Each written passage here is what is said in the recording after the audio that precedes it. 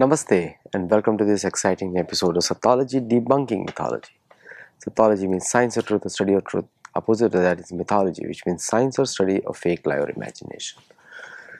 चलिए, ट्रंप ने अभी तक क्यों आक्रमण नहीं किया और क्या इसका इंतजार है? तो ये बड़ा इंट्रिगिंग क्वेश्चन है। मैं इसे बहुत सोचा मैंने इसके ऊपर, और बहुत सारी रिपोर्ट्स भी हैं।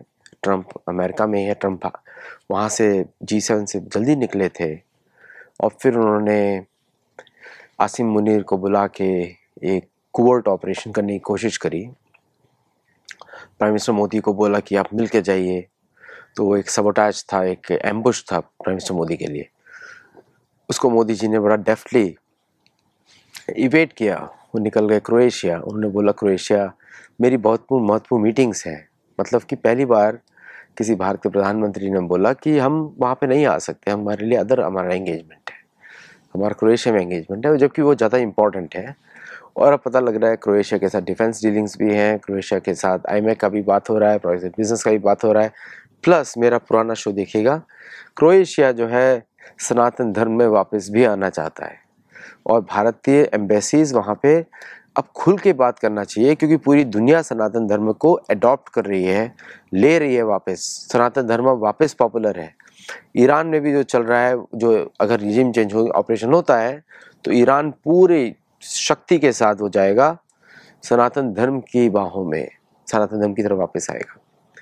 मेरी तो इच्छा है, प्रार्थना है कि ईरान बने, और अगर हम सतोलॉजी से मदद कर सकते हैं उनके ज़ोरास्ट्रियन को सनातन धर्म से कनेक्ट करने की, जो ऑलरेडी कनेक्टेड है, सारे वर्ड्स उनके हमारे हैं। यज्ञ को यशना बुलाते हैं और गाथाएं हैं वहाँ पे, जो कि भारत की कथाओं को गाथा बनता, कथा से गाथा बन गया, तो उससे इंट्रिंसिक कनेक्शन है। देव हैं, असुर हैं, तो आहुर जिसको बोलते हैं, और देव हैं, तो ये वहाँ पे कहानी है वहाँ की। तो I will be very happy to contribute. वो लोग हमारे गुरुकुल में भी जुड़ सकते हैं। कोई ईरानी है, आपको हिंदी समझ में आती है, आप बिल्कुल जुड़ सकते हैं। ईरानियों को, अरबियों को, और बहुत सारे जो उधर के रहने वाले हैं उन सबको हिंदी समझ में आती है, तो आपका बहुत बहुत स्वागत भी होगा। अब आते हैं कि ट्रंप, वापस मेरे टॉपिक पे, थोड़ा इधर उधर निकल जाता हूँ, so sorry about that.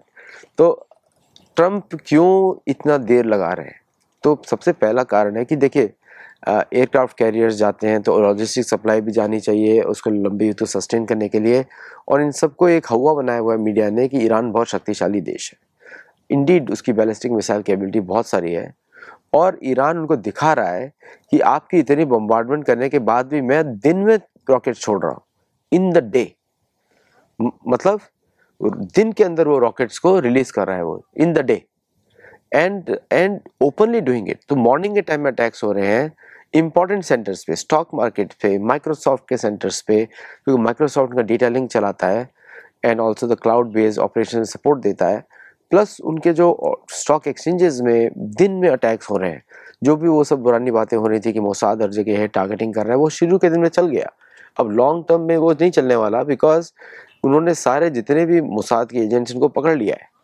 So now even though Israel has a full control over the air space, लेकिन वो रॉकेट्स की सप्लाई, रॉकेट्स के अटैक को नहीं रोक पा रहा है।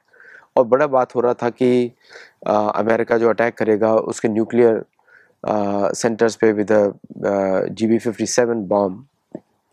तो वो जो अटैक है, आई थिंक 57, वो जो बंकर पेनिट्रेटिंग बॉम्ब है उसको यूज़ करेगा थ्रू, क्योंकि वो अराउंड 13 टन का होता है, 13.5 टन का होता है बॉम्ब, तो उसको यूज़ करेगा to bomb the Iraqi, to bomb their nuclear centres. लेकिन उसके बारे में भी कुछ ज़्यादा बात नहीं हो रही है। Lot of tankers were moved, जो अमेरिकन टैंकर से रिफ्यूलिंग कर रहे हैं all over Iraq, all over Syria, all over place, but they are refuelling Israeli planes to attack the Iran, और उनका पूरा एयर डोमिनेशन जो क्लेम कर रहे हैं। But despite this air domination, how the rockets are being fired, how the missiles are being fired, ये question उठता है। इनफैक्ट उन्होंने नए तरह का मिसाइल यूज़ किया ईरान ने, which was manoeuvring in the sky as if it was dancing in the sky. तो वो that was a very phenomenal display of their capability. लेकिन इन सब पे आप जाइए मत, बिकॉज मैं जूश कम्युनिटी के साथ था आज, and there is a severe sadness in their community that how the Iran is able to target their entire country. But कोई भी ऑपरेशन अगर आप प्लान करते हैं, इजरायली मिलिट्री का जो भी प्लान करते हैं, I know it's a case of desperation, but अगर आपके पास पूरा प्लानिंग ना हो और पूरा अमेरिकन सपोर्ट शुरू से ही ना हो तो आप उसको लॉन्च कैसे कर सकते हैं? इसका मतलब यह है कि ट्रम्प एडमिनिस्ट्रेशन ने गो हेड दिया था कि ईरान इजराइल को, लेकिन उन्होंने फॉलो थ्रू नहीं किया। बाद में पॉलिटिकल प्रेशर बना with in from Republican party and other sources including DNI जो है, तुलसी गवार जी ने भी मार्च में बोला था कि उनके कोई प्रोग्राम नहीं है न्यूक्लियर का सो फार उनके हाथ में। So there is a confusion within the Pentagon and other places कि इंटेलिजेंस रिपोर्ट्स का जस्टिफाई नहीं कर रही हैं कि वहाँ पे कोई न्यूक्लियर प्रोग्राम है, लेकिन फिर भी अटैक किया गया। That means it was a half hazard planning था, पूरा प्लानिंग नहीं था। और अभी अब सबको मालूम है कि यूक्रेन के बाद supply chain issues are there in the American military. तो अगर कोई इजराइल के अगेंस्ट कोई एक्शन होता है और इजराइल और ईरान ने उसको ओवरवेल्म कर दिया अमेरिकन डिफेंस एस्टेब्लिशमेंट को, then there will be a severe problem on the American policy makers. ऐसा ना हो कि उनको एक डिफीट दिखाई दे at the hand of Iran. तो ये उनको कॉशन कॉशन इसलिए वो कॉशियस भी है और इसीलिए समय लिया जा रहा है। अभी ऐसा बोला जा रहा है कि इस फ्राइडे को होगा, मतलब कल होगा, तब तक उनकी सारी सप्लाईज पहुंच जाएंगी। But what about the continuous supply, मतलब what about the continuous supply of missiles? क्योंकि एक मिसाइल से काम होने वाला नहीं है। वो अगर हुती के पास जो मिसाइल्स थी उसके उसके लिए अमेरिका को इतना बच्चा पड़ा, तो ईरान के पास तो और ज़्यादा है, क्योंकि Iran is continuously making this material for this day, इसलिए वो थोड़ा कॉन्फिडेंट भी लग रहे हैं। लेकिन फिर भी इंटरनल रिजीम चेंज तो दिख ही रहा है। और शाह पहलवी का जो है जो शाह, वो भी अपना बदला लेंगे, बिकॉज उनके पिता को जिस तरह निकाला गया था विद अमेरिकन हेल्प और जिस तरह उनको रेस्क्यू किया गया था विद अमेरिकन हेल्प, तो वो स्कार्स आर स्टिल देयर। तो कोई भी मिलिट्री एक्शन होगा, so that will be considering all those past history plus the future of this Iran। तो अगर आप ईरान की मिसाइल कैपेबिलिटीज़ को भी देखते हैं, they have very good hypersonic missiles वो क्लेम करते हैं, but they are not hypersonic missiles which India has और चाइना हैज़ और रशिया हैज़। उनके हाइपरसोनिक मिसाइल्स आर डाउटफुल, क्योंकि उनका जो नेविगेशनल सिस्टम्स हैं they are not proven yet, they are still using their satellites Noor 1 Noor 2। तो ऐसा हो सकता है कि अमेरिकन पहले उस सैटेलाइट सिस्टम को टारगेट करें, बाद में चाइनीज सैटेलाइट सिस्टम्स को टारगेट करें, and then they will come back with the B-52 और जो भी उनको बॉम्बिंग उनको करना है। B-52 is almost like a truck, मतलब उसको कंपेयर करेंगे, बड़ा सा स्टेबल प्लेटफॉर्म है, एंड दे हैव थाउजेंड, मतलब दे कैन कैरी अनलिमिटेड नहीं बोल सकते, but significantly more than a bomber. They are one of the best in the world. और उसका दूसरा केबिलिटी है रशियंस का, Tu-95 90s, उनका भी कैपेसिटी उतना ही है, करीब उतना ही है। Russians have more capacity than them, but Americans have big numbers, almost like 60 और 70 प्लेन्स लाइक दैट। तो this is a very evolving situation. और ट्रम्प के डिले होने का जो कारण है, ये सब internal policy makers, internal reports plus external reports जो है कि local support basis have to be filled up. और भी देखा कि सपोर्टिंग बेसिस, जैसे अभी UK का एलिजाबेथ एयरक्राफ्ट कैरियर वहाँ पे जा रहा था, everybody pictured that through the Suez canal. तो वो सब जो डिटेल्स हैं वो सब उनके पास पहुँच रहे हैं। So the coordination team, and so it is not the time like then used to be Iraq war, जहाँ पे Americans had unrestricted edge। अब वो ऐसा सिस्टम नहीं है, क्योंकि now the game has been changed through drones and through hypersonic systems, so ships have become a sitting duck unless they are well defended। और हम सभी को मालूम है कि Americans used Aegis systems on their ships for long range defense, but they are not sufficient, क्योंकि can be overwhelmed। और जो उनके जो सपोर्टिंग सिस्टम्स है, अगर देखा जाए तो इंडियन ओशन में the biggest navy is the Indian navy. तो उनके जो सपोर्टिंग पार्टनर्स हैं इंडियन ओशन में, वो भी एशियन नहीं है। So they have to bring resources from Europe, और अगर रिसोर्सेज फ्रॉम यूरोप और अमेरिका लाया जाता है, then Russia becomes very strong, Ukraine becomes very weak. तो अब यहाँ पे डाइकोटोमी है, कैन दे सस्टेन 2 वॉर्स? नहीं कर सकते। either they support Ukraine or they fight against Iran, but दोनों एक साथ नहीं कर सकते, they are too weak for that.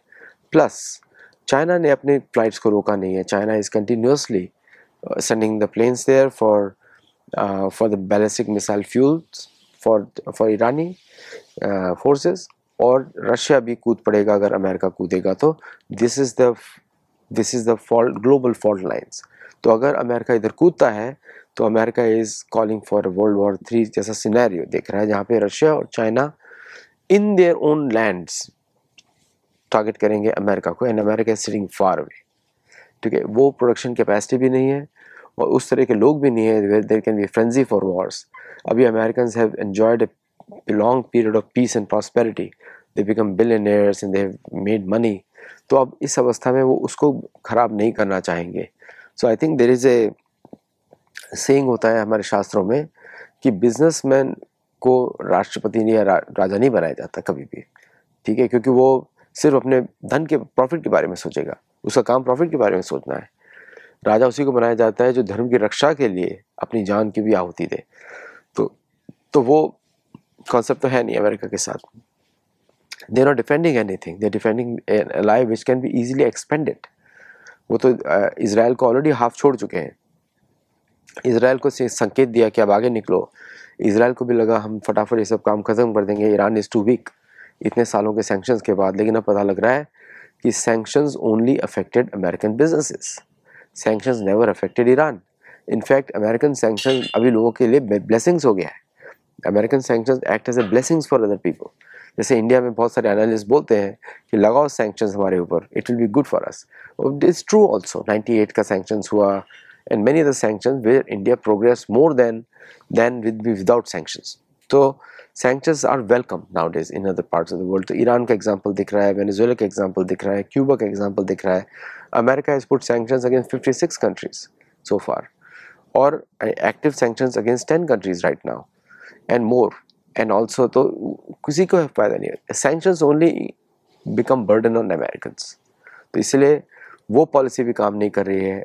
Russia पे सैंक्शंस डाला तो रशिया इज़ प्रोग्रेसिंग, ईरान पे सैंक्शंस डाला तो ईरान इज़ प्रोग्रेसिंग, भारत पे सैंक्शंस डालेंगे तो भारत विल प्रोग्रेस, चाइना पे सैंक्शंस डाला तो अमेरिका में खाने के लाले पड़ जाएंगे। किस पे सैंक्शंस डालेंगे? So the only people who are scared of American sanctions are South American countries. और कोई डरता नहीं है American sanctions से, okay? Nobody is scared of American sanctions now. American sanctions hurt Americans more. ये तो सीधी सी बात है। तो सबके कहने के मना करने के बाद, इसीलिए आप देखेंगे कि अमेरिकन राइट विंग में टकर कार्लसन अपोज कर रहे हैं ओपनली, यू नो, और टेड क्रूज जो वॉर मॉन्गर है, Lindsey Graham is a war monger. तो सो दिस, ये लोग जो है अपोज कर रहे हैं, अपोज कर रहे हैं मीन्स कि ये लोग जो हैं, तो देयर इज अ डिवीजन।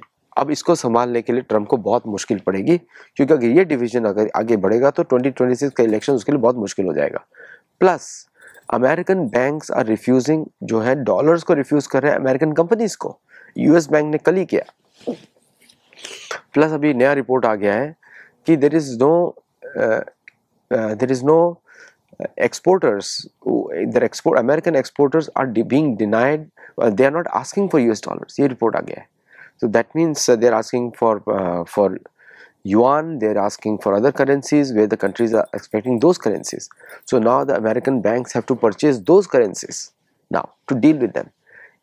अभी इंडिया में ऐसा शुरू नहीं हुआ है, but eventually ये भी शुरू होगा इंडिया में भी, that the American exporters will have to purchase Indian rupees so that they can trade with India. तो ऑल दो लॉट ऑफ चेंजेस हैपनिंग। तो ये इसलिए अमेरिका एक्ट नहीं कर पा रहा है, क्योंकि अगर उसने अटैक किया कल या परसों, तब उसको ये सारी सप्लाई चेन्स पे देखना पड़ेगा, अमेरिकन मैन्युफैक्चरिंग देखना पड़ेगा, plus American will is not there. आधे लोग नहीं चाहते हैं वॉर किसी के साथ, प्लस अगर किसी भी तरह रशिया भी वहाँ पे जुड़ गया, चाइना भी जुड़ गया, then it will be too much for America. So to avoid this embarrassing situation, Trump अपने डिसीजन को डिले कर रहे हैं, and that's the only analysis I see right now.